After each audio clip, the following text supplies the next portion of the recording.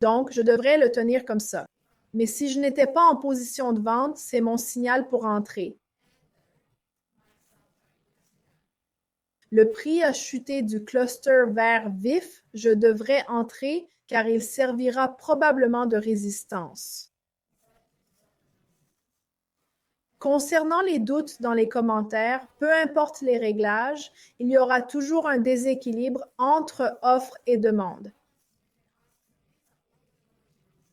Ici, on a 409 demandes contre 140 offres.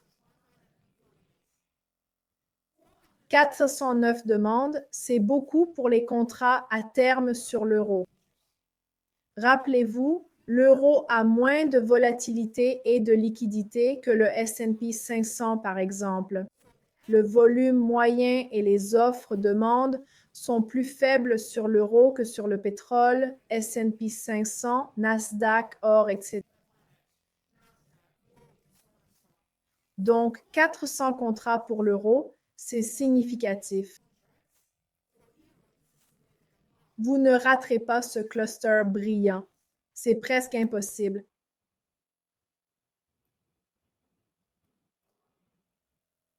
Ouais, Ricardo, je vais revenir sur ta question. Donc, setup numéro 4, clusters empilés. Et c'est notre dernier setup, OK? On va passer à la plateforme. Je vais te montrer mon trade d'aujourd'hui, comment j'ai pris mes confirmations pour doubler.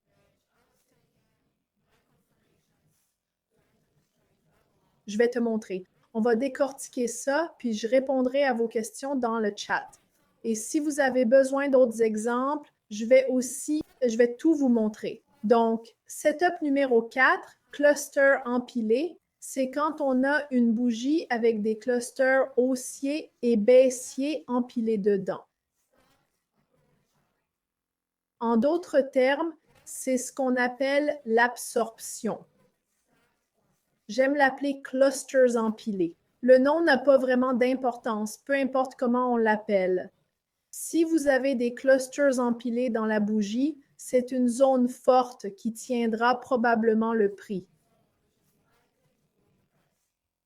Ça arrive rarement pour les paires de devises, par exemple. Ici, c'est les contrats à terme sur la livre. C'est rare, mais quand ça arrive, c'est un signal fort pour moi d'entrer, doubler ou sortir d'un trade. Si je vends et vois des clusters empilés avant une hausse, je sors car ces clusters forment une zone de rejet forte.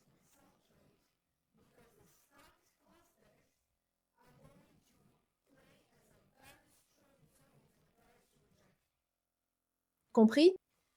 Si je ne trade pas, les clusters empilés servent de déclencheur pour entrer dans un trade. Quand je vois ces clusters et que le prix y revient, j'entre avec un tick d'écart de la zone. Laissez toujours l'espace d'un tick. D'accord? Voici un autre exemple. Dans cette bougie, on avait beaucoup de clusters empilés, formant la moitié de la bougie. Dans ce cas, on n'en avait pas beaucoup, mais on avait quand même 3 clusters très forts et brillants empilés. C'était aussi des contrats à terme sur l'euro fin août. Comme on peut voir, le cluster empilé s'est formé à la fin du mouvement haussier. Après ça, le prix a baissé. Là, je sais que c'est un signal pour sortir de mon achat.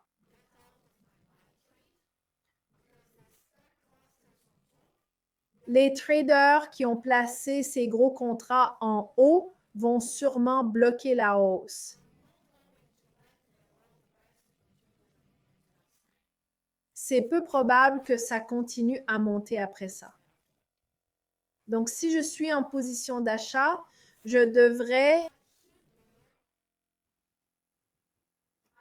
sortir de ce trade. Si je suis en vente, c'est une confirmation que je dois garder ma position. Imaginons que je sois en position de vente et que mon stop loss n'ait pas été atteint. Si je n'y suis pas, j'envisagerais d'ouvrir cette position. Ce sera mon signal pour entrer dans cette vente, car encore une fois, la logique derrière est exactement la même. Si le prix revient dans cette zone, elle jouera un rôle de forte résistance, empêchant le prix de monter davantage. J'envisagerai donc de sortir de l'achat, d'entrer en vente ou de maintenir la vente si mon stop loss n'est pas atteint et que je suis en flottement ou que je devrais continuer à garder la position pour l'instant. Ou si j'étais en vente, que le prix a chuté puis fait un petit rebond formant un cluster, ce sera le moment de renforcer ma position car ça va probablement continuer à baisser.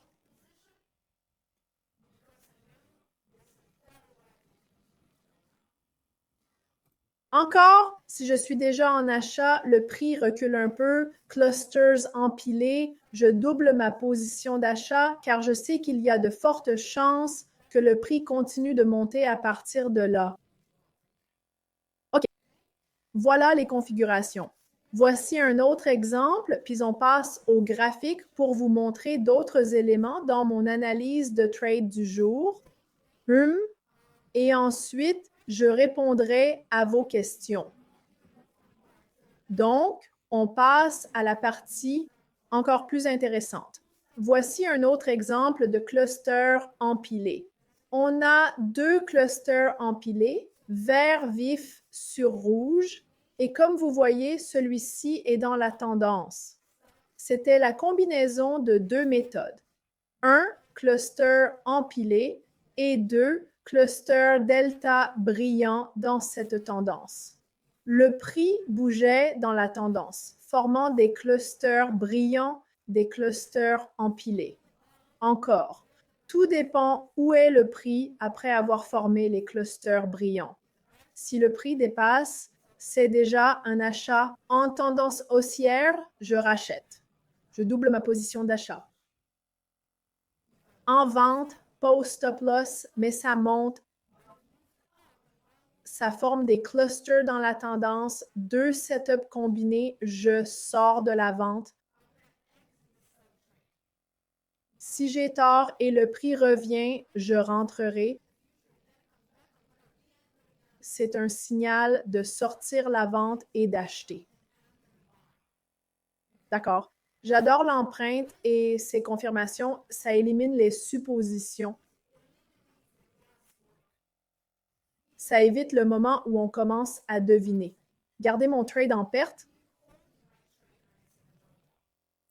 Fermer s'il y a un peu de profit. Et si le prix s'inverse et tue mon profit,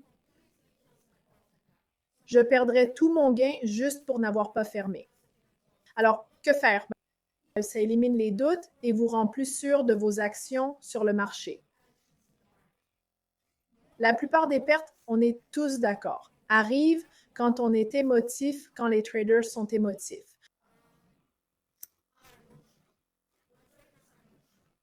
Vous êtes d'accord que 90% des pertes sont dues aux émotions, au FOMO, à la sortie trop rapide des trades gagnants? Ça vous est arrivé de sortir d'un trade gagnant par peur et le prix a doublé ou triplé après?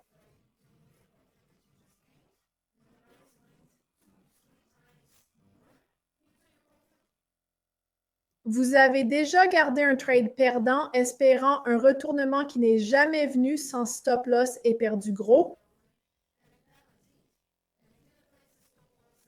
Oui, la séance est enregistrée, absolument. Et ça m'est arrivé aussi. Heureusement, ce n'est pas ma première année de trading. J'ai vécu ça aussi et c'est pourquoi je vous montre ces configurations. Elles peuvent vous aider à éliminer les doutes et à gérer la situation. Bien sûr, il faut toujours gérer ses émotions, mais c'est plus facile quand on voit des éléments techniques. Je l'ai constaté pour moi-même et mes étudiants. Exactement. Voir une confirmation technique, savoir quoi chercher, rend plus facile d'être discipliné, de rester calme et de prendre les bonnes décisions sur le marché.